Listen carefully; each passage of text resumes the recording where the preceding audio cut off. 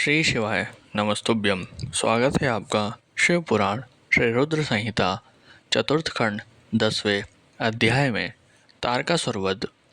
ब्रह्मा जी बोले, नारद, ये सब देखकर कुमार कार्तिकेय को तारकासुर पर बड़ा क्रोध आया और वे अपने पिता भगवान शिव के श्री चरणों का स्मरण कर अपने असंख्य गणों को साथ लेकर तारकासुर को मारने के लिए आगे बढ़े।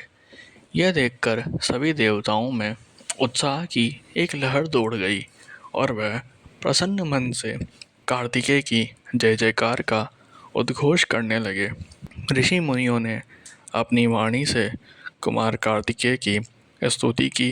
तत्पश्चात तारकासुर और कार्तिकेय का बड़ा भयानक दुस्सह युद्ध हुआ। दोनों परमवीर और बलशाली एक दूसरे पर भीषण प्रहार करने लगे। दोनों अनेक प्रकार के दांव पैंचों का प्रयोग कर रहे थे। कार्तिकेय और तारकासुर के बीच मंत्रों से भी युद्ध हो रहा था। दोनों अपनी पूरी शक्ति और सामर्थ्य का प्रयोग एक दूसरे को मारने के लिए कर रहे थे। इस भयानक युद्ध में दोनों ही घायल हो रहे थे। युद्ध भयानक रूप लेता जा रहा था। उस भीषण युद्ध को सब देवता गंधर्व बैठकर देखने लगे। वह अद्भुत युद्ध अनायास ही सबके आकर्षण का केंद्र बन गया। हवा चलना भूल गई, सूर्य की किरणें ठहर गई, यहाँ तक कि सभी पर्वत इस युद्ध को देखकर अत्यंत भयभीत हो उठे। वे शिव पार्वती के इस पुत्र की रक्षा करने के लिए तुरंत उधर आ गए। ये देखकर कार्तिकेय बोले, हे पर्वतों, आप कोई चिंता ना करें।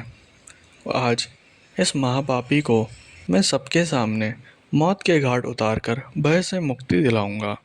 जब कार्तिकेय पर्वतों से बात करने में निमग्न थे, उसी समय तारक ने अपनी शक्ति हाथ में लेकर उन पर धावा बोल दिया। उस शक्ति के प्रहार से आघात से शिवपुत्र कार्तिकेय भूमि पर गिर पड़े, परंतु अगले ही क्षण वे अपनी पूरी शक्ति के साथ पुनः उठ खड़े हुए और लड़ने के लिए तैयार हो गए। कार्तिकेय ने अपने मन में अपने माता पिता पार्वती जी व भगवान शिव को प्रणाम करके उनका आशीर्वाद लिया और अपनी प्रबल शक्ति से तारकासुर की छाती पर आघात किया। उसकी चोट से तारकासुर का शरीर विदीर्ण होकर पृथ्वी पर गिर पड़ा। सबके देखते ही देखते वह महाबली असुर पल भर में ढेर हो गया। महाबली तारकासुर के मारे जाते ही चारों ओर कार्तिकेय की जय जयकार गूंज उठी। तारकासुर के वध से सभी देवता बहुत प्रसन्न थे।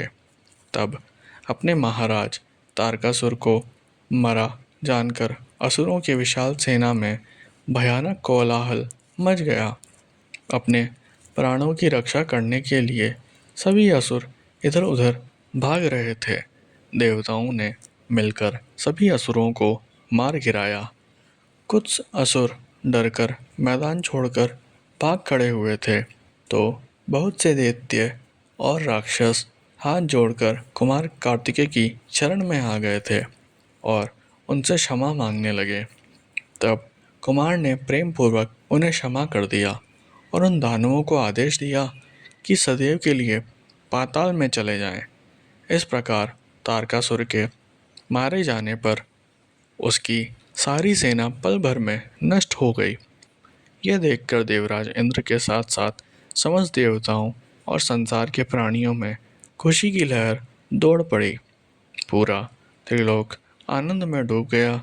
जैसे ही कुमार कार्तिकेय की विजय का समाचार भगवान शिव पार्वती के पास पहुंचा, वे तुरंत अपने गणों को साथ लेकर युद्ध स्थल पर पधारे। श्री पार्वती जी ने अपने प्राणप्रिय पुत्र को अपने हृदय से लगा लिया और अपनी गोद में बिठाकर बहुत देर तक उसे चूमती रही। तभी वहाँ पर पर्वतराज हिमालय भी पहुँच गए और उन्होंने अपनी पुत्री पार्वती, भगवान शिव और कार्तिकेय की स्तुति की। चारों दिशाओं से उन पर फूलों की वर्षा होने लगी। मंगल ध्वनि हर ओर गूंजने लगी। हर तरफ उनकी ही जय जयकार हो रही थी। देवताओं के स्वामी देवराज इंद्र ने अपने साथी देवताओं के साथ कुमार कार्तिकेय की हाथ जोड़कर स्तुति की। तत्पश्चात भगवान शिव अपनी पत्नी पार्वती को साथ लेकर शिवगणों सहित कैलाश पर्वत पर लौट गए।